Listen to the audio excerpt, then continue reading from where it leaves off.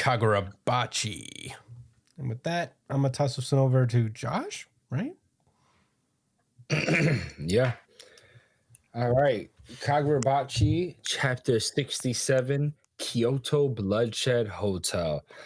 I had a lot of preconceived notions about the staff here in this hotel that I was abruptly wrong about. But we're gonna get into that a little bit later. I want to talk a little bit about what happened last week. Samura's daughter learned what her name is, which is Iori Samura. So that's what I would be referring to Samura's daughter as, Iori, and why her memories were sealed in the first place. It was pretty rough.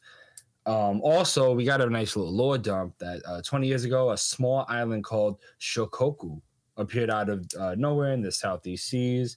And the inhabitants of that island brought over the Datsenseki. That's the same material that, of course, Kunishige Rokuhira, which is Shiro's dad, was able to turn into the swords. And they fought and ended the battle in a year and a half. It wasn't exactly clear at what point the swords were made, but a year and a half after the island invaded, they were fended off by the swordsmen. And that was the war of 20 years ago that Samura Sr., the father, is so salty and edge about.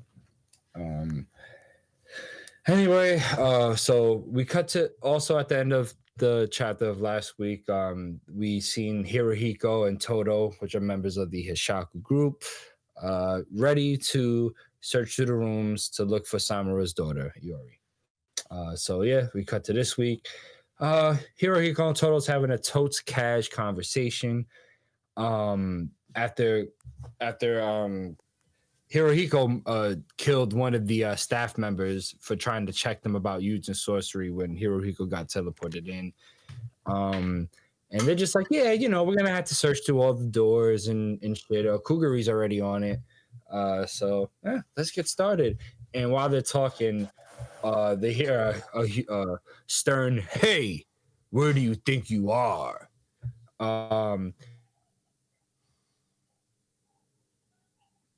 Manager of the Kyoto Bloodshed Hotel, and he's a big fucking boss man. He notices the emblem they had on their hand, and he's like, "Yeah, I know about y'all. Y'all about that life, but we're not soft either. And you disrespecting these grounds, so I'm gonna have to check you with this raging one sword style." Zoro would be disgusted. So he immediately starts clashing with Hirohiko, and Todo's just kind of sitting there and watching. Hirohiko didn't want help in the first place because he wanted to quote unquote warm up. Oh man, so cute. And she's also a little terrified of this general of what's his name, Sengoku, the manager, because he has like mad experience. As a matter of fact, he has about 150 years of sword history passed down to him. Pretty gangster. Hirohiko himself is thinking while they're fighting, like, man, like I gotta tighten up. Like, I can't, if I really want to be able to stand on the same stage as Chihiro, I'm trying to do right now.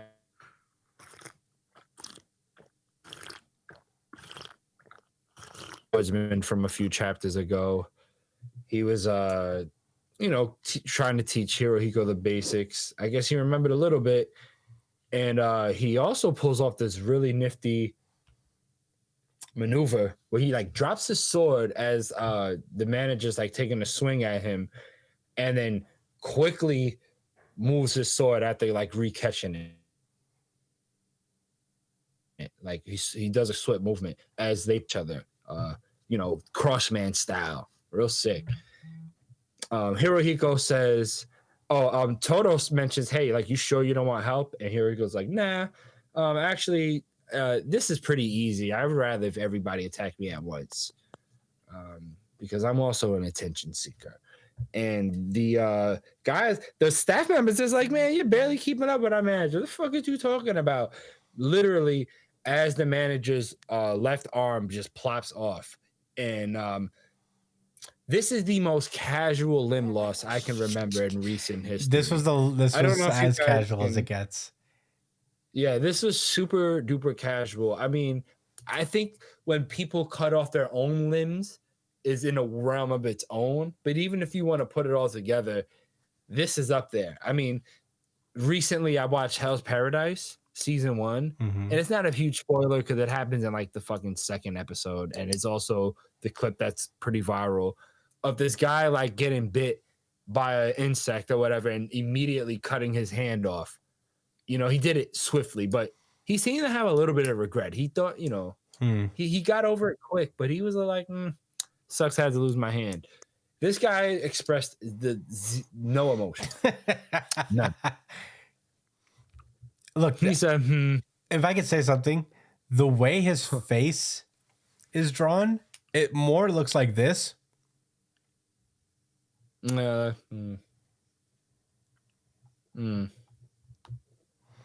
Like someone just spilled something on his shirt. Yes, like, that's perfect. I'd be more upset about that than he, you know what I'm saying? Yeah. Then I got to check my own emotions. I need to tighten up. Maybe we all need to tighten up. Maybe we're just taking. If this nigga could lose a limb. We're taking things too seriously, you know? And hold it down. I could relax more. Right? In my life. We need to chill, dude. So instead of thinking about his own health and welfare, he immediately asked Hirohiko, whose disciple are you? You're all so pig-headed, Hirohiko says. So why do I have to be someone's disciple? I'm a student of freedom. That was a pretty hard line, not gonna lie. That was a pretty hard line. It was. I tried to make it sound real corny and lame, but that's pretty tough. Very pretentious, but super tough. Yeah. As Sengoku says, there won't be a next time. We'll see about that. Well, spoilers. I mean, I guess in a sense, he wasn't wrong. In a sense, yeah, in a sense, he was correct, but we'll see. He was correct. Very obvious foreshadowing, but you know, stick around. So we cut to Chihiro in the room with Iori, again, who is Samura's daughter, and that's going to say that for the last time. And she's like waking up from fainting about the information overload that, you know, with her memories coming back to her about her past a little, you know, not entirely, but enough to confuse the shit out of her. And, you know, Chihiro and her have a really nice conversation about, like, I guess their lives. Less nice with Chihiro, just kind of letting her know what it is about what he does and how he's accepted having to kill people for whatever he wants to accomplish. And Iori reminisces, I guess because Chihiro asked, like reminisces about school life and how like basically how different like their lives are. And Chihiro says something really profound that I really liked about this chapter, where he's like, so I had this idea that it's better to live with the truth even if it hurts, but that was arrogant of me. And he wants to say more, but then he's interrupted by a knock at the door. And he says, oh, I'll go look. And as soon as he opens it, Hunter x Hunter style, somebody comes out the door and with a knife immediately and very excited. I guess he works for the Hayeli. That's not spoilers. The Haley. Hunter. Haley. You know, he's trying to level up. And Chihiro immediately apprehends him and he says, who are you? What do you want? He's like, money. Someone called to my room. They promised me a pile of money. Just like that. I guess he didn't think about the consequences. What a dumb guy. As Chihiro notices a bunch of people start coming out their rooms and they're definitely walking towards him. They want problems. It's static season. And he looks to Iori and he's like, look, stay in the room for a second. I got to handle some business. Closes the door. And after some thwacks, splits, and she looks through the peephole and essentially sees death. maybe there's a more detailed way to put it, but I'd rather keep it brief. It's bad. Eventually she can't see anything because it becomes smeared with crimson blood. And once she hears a knock on the door, Chihiro says it's okay now. She gets out and sees the canvas that Chihiro has created with his brush of death. That was nice. That was detailed. It was good. That. So, this is just some really murderous shit. Iori's like, aren't you scared? And he's like, nah, like these guys ain't really like that, you know, like I can handle them with ease. And she's like, I mean, like actually killing people. Like, you're not scared to just do that, you know? And he's just like, nah, I'm not scared. This is my life, all right? You know, I made these choices. So, but he goes back to saying what he was saying before. He's, he's like, this is the only life I have now, but both of those are your truth. There's no right answer, nothing you should do. It's about what you want. And him referring to whether she wants to choose to live the soft life and be a student, or regain all her memories and live this samurai assassin life type shit that her father's caught up in. And ultimately, she decides that she wants to go back to school. And, Chihiro says, I don't have a choice. All I have is, as the door opens and we see Sengoku's head with one of his eyes missing. Pretty rough for him. And that's it. That's all we see. Because Hirohiko is holding his head. With, I guess, the rest of his body downstairs or whatever. As he stares at Chihiro, dead in the eyes, because they was waiting for the elevator and he came up in the elevator. Yo, Chihiro, I'm ready for you. Pause. Says Hirohiko. Hey, yo, he doesn't pause. say pause. I said that for the sake of for the sake of myself. He doesn't. He's all for it. He's all for all types of action that I don't judge.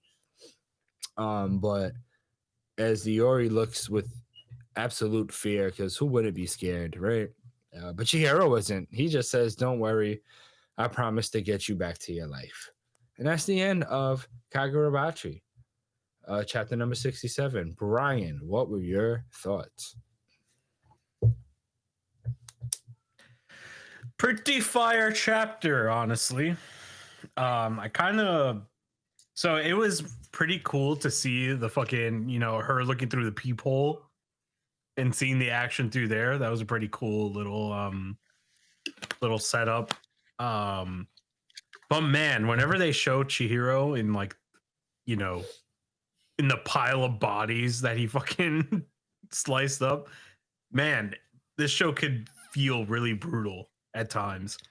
And while most manga would just kind of be like, especially Jump, like when people be like cutting down motherfuckers, there's not really much dialogue about what it means to really be taking lives like this. You know what I mean? Like, even though these just general platitudes. Yeah. Like this manga keeps reminding you that mortality, like killing and all that stuff, it's not something that you could just walk past or just get away with scot-free. There's always something that has to be sacrificed to kill, essentially. And Chihiro never forgets that. Like, every time Chihiro kills this many people, it's not like a sign of pride. It's not a sign of heroism. It's just something that he has to do. And he hates it. Like, you could tell he hates it. But it's just, I don't know. It's such an interesting way to write a Jump series, because it's like the more that you see him, it's like the more that he's cracking under the pressure of his journey.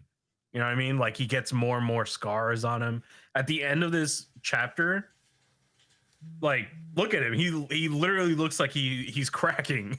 He and at some point, he's going to crumble. And we're gonna see what happens when he does. But you know, this is just a very interesting chapter.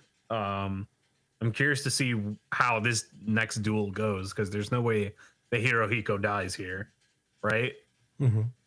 So I just wonder, what the fuck is gonna happen and how this duel is gonna end.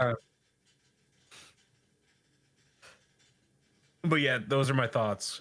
Chris, what about you? Ooh, yeah. Do you agree to the legs being lost?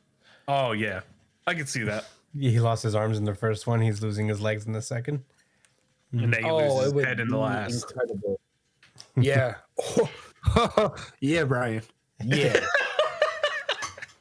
Yeah, I like that. I like that a lot. Yeah. Yeah, I mean, I think you covered everything. I think there's like such a interesting thing going on with Chihiro right now, where there seems to be like a tiny bit of resentment being built between him and Iori, because he's gotten a preview of what his life should have been. He should have just been a kid who was allowed to go to school and just have like a regular life, but his life got fucked up so early, and you know, he's just been down this road forever. And although he is like steadfast, and I don't think like it's an intentional like resentment, it's more of the circumstance that like he never had the choice, but she does, and like the unfairness of his situation is one of those things that like kind of cracks through with Chihiro, and is his main driving forces, just how unfair the situation is to him, even though he is generally a selfless person and and very pragmatic. There's still a part of him that's human and is feeling all this stuff. So that's always super interesting to see him fight that battle between doing what needs to be done and doing what's right, and his own feelings about not being able to be a kid and not being able to grow up in a normal way, in the way that Iori did. So it's just like a nice little wrinkle to the character. I thought that was really cool. One thing I wanted to know, when Hirohiko did that like drop the sword thing, did Chihiro do that?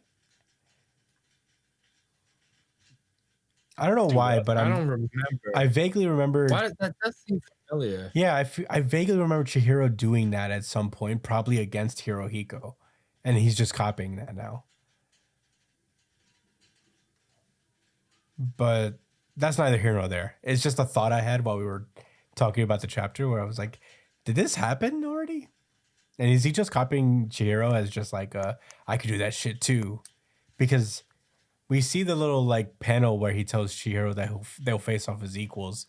And then he does this thing that feels very familiar to me. But I'm just wondering if there's like a parallel there being drawn between the two. And notice this is how he cut off his arm. So maybe this is how he cut off his arm. This is just my bad memory gone. No, so Chihiro cut him off. Chihiro cut off his arms with the whole, you know.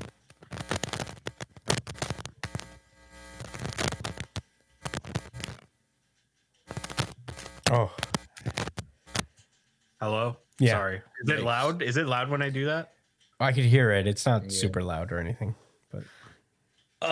But yeah, Chihiro cut off his arms after he did the whole black Kuro thing with the paper. So this was just him, you know, his idea of being an equal to Chihiro. Mm-hmm. Okay. Well, I thought that was pretty cool. There's a little detail thing there. But yeah, I don't have many other thoughts. I think you covered it. I thought there's obviously the splash page with the fisheye lens of Chihiro fighting is super duper cool and very artistic, and Hokuzono is a really good artist. But that's all I got, really. Yeah, nice. As far as Kagurabachi goes, I thought it was really good. This series is something else. It's going to be real big when the anime comes out. It's going to be the next big thing. Oh yeah, it's gonna be fucking insane. Yeah.